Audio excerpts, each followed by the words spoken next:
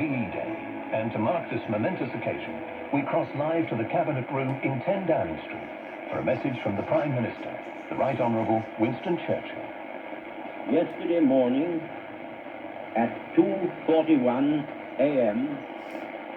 at General Eisenhower's headquarters, General Jodl, the representative of the German High Command, and of Grand Admiral Dönitz, the designated head of the German state, signed the act of unconditional surrender of all German land, sea, and air forces in Europe to the Allied Expeditionary Force and simultaneously to the Soviet High Command. General Bedell Smith, Chief of Staff of the United States Army, and General Francois Chavez signed the document on behalf of the Supreme Commander of the Allied Expeditionary Force, and General Susloparov signed on behalf of the Russian High Command. Today, this agreement will be ratified and confirmed at Berlin, where Air Chief Marshal Seddon, Deputy Supreme Commander of the Allied Expeditionary Force, and General de Tassigny will sign on behalf of General Eisenhower. General Zhukov will sign on behalf of the Soviet High Command. The German representatives will be Field Marshal Keitel, Chief of the High Command, and the Commanders-in-Chief of the German Army, Navy, and Air Forces. Hostilities will end officially at 1 minute after midnight tonight, Tuesday, the 8th of May. But in the interest of saving lives, the ceasefire began yesterday to be sounded all along the front, and our dear Channel Islands are also to be freed today. The Germans are still in places resisting the Russian troops, but should they continue to do so after midnight, they will, of course, deprive themselves of the protection of the laws of war and will be attacked from all quarters by the Allied troops.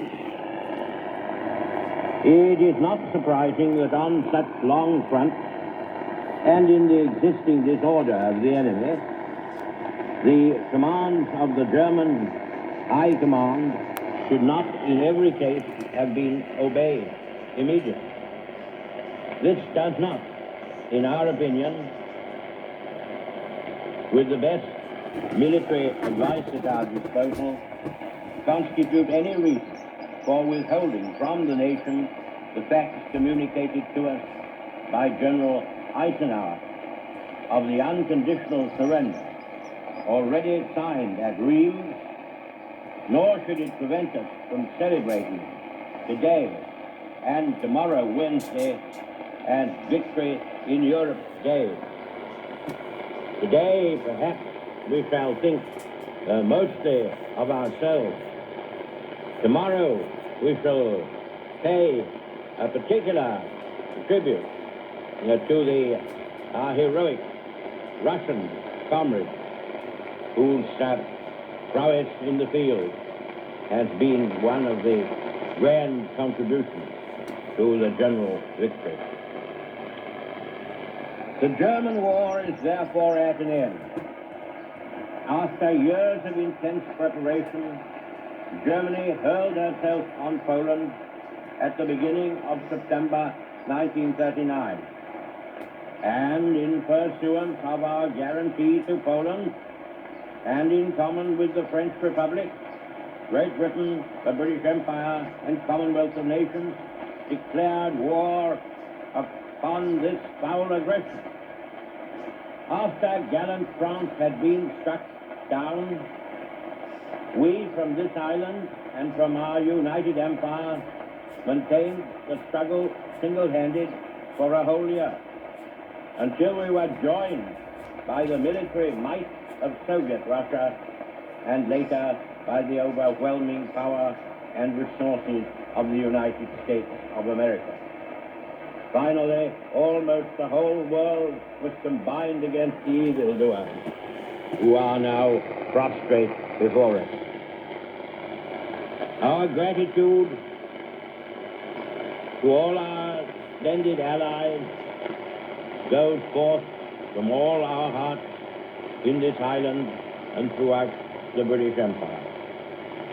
We may allow ourselves a brief period of rejoicing.